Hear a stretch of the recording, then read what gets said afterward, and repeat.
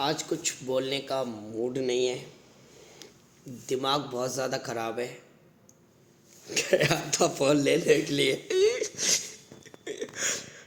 मेरा first day था आज। और सब लोगों की तरह मेरी भी एक ख्वाहिश थी। मेरी भी एक ख्वाहिश थी कि आईफोन लूँगा। मैंने 2 दिन एक्चुअल में क्या, मेरा 2 दिन पहले रेडमी फ़ोन लेने के लिए गया था। मुझे रेडमी 14 प्रो प्लस फ़ोन मुझे पसंद आया था। तो मैंने मतलब फाइनेंस कराने के लिए कि सिविल स्कोर अच्छा हो जाएगा।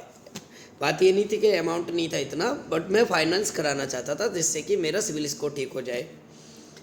तो होम क्रेडिट वालों ने चेक किया, वहाँ पे 14 प्रो प्लस फ़ोन था, 128 वाला था। और सारा कुछ मुझे चाहिए था, 8256, बट नहीं था, कोई दिक्कत वाली बात नहीं थी। मैं 128 में राजी हो गया था। अब बात, उसने मुझे बताया मेरी जो लिमिट थी वो 60,000 रुपये की लिमिट थी। अब मेरे साथ जो हुआ भाई वो किसी के साथ नहीं होना चाहिए। पता चलता है कि पता इसके बाद भाई की कॉल आती है।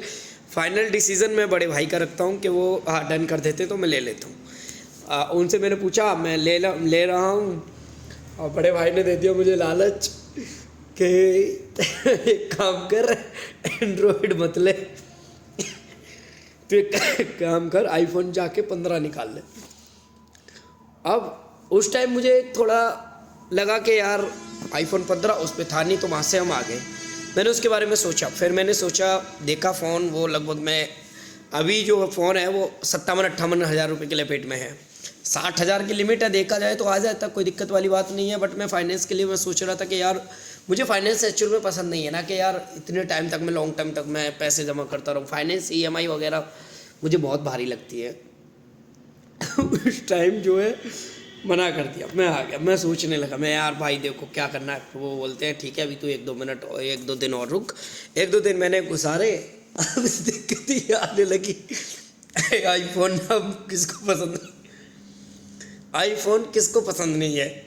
लालच आता है ना दिमाग में, दिल में लालच आता है ना कि आईफोन लेना है। अब फिर दोबारा वही लालच आ गया कि आईफोन लेना है।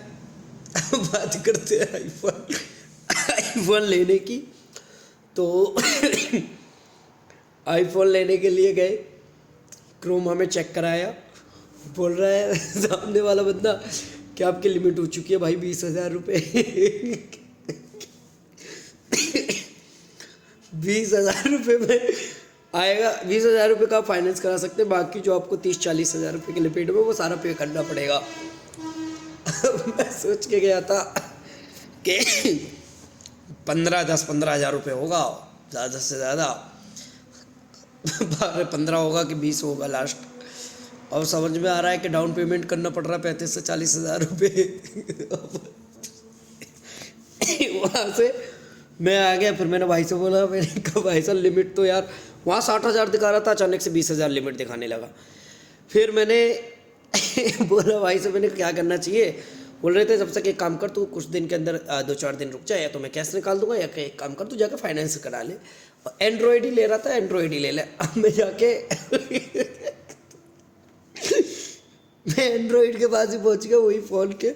अच्छा, क्रोमा शोरूम में आईफोन 14 प्रो प्लस नहीं था, तो मैंने लोकल शॉप पकड़िया। लोकल शॉप जब मैंने पकड़ी, उसमें जाके चेक कराई ना भाई, आप यकीन नहीं मानोगे, नॉट अप्रूवल लिख के आ गया। उसमें बता दिया आपका सिविल स्कोर ही नहीं है। मैंने कहा सिविल स्कोर नहीं है।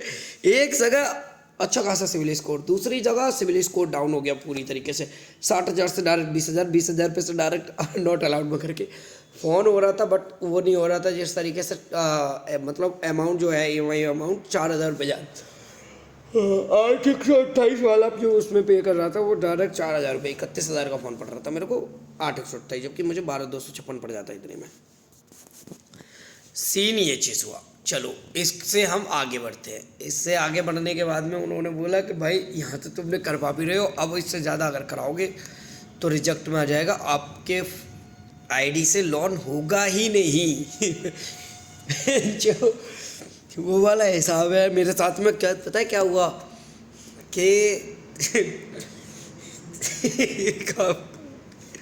ये लूटो ये लूटो ये लूटो ये लूटो, पता क्या चला कि सुबह हो गई, कुछ भी नहीं लूट पाया भाई।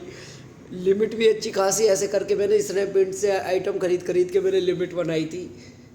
सारी लिमिट की दस्तियाँ उड़ गई, सब खराब हो गया भाई, कुछ भी नहीं बचा। अब वो ये मेरे पास में या तो ऐसे ही काम चलाओ या फिर सेकंड भाई ऑप्शन कुछ भी नहीं। मैं आपको कैसे बताऊं, कुछ भी सेकंड ऑप्शन मेरे पास नहीं बचा।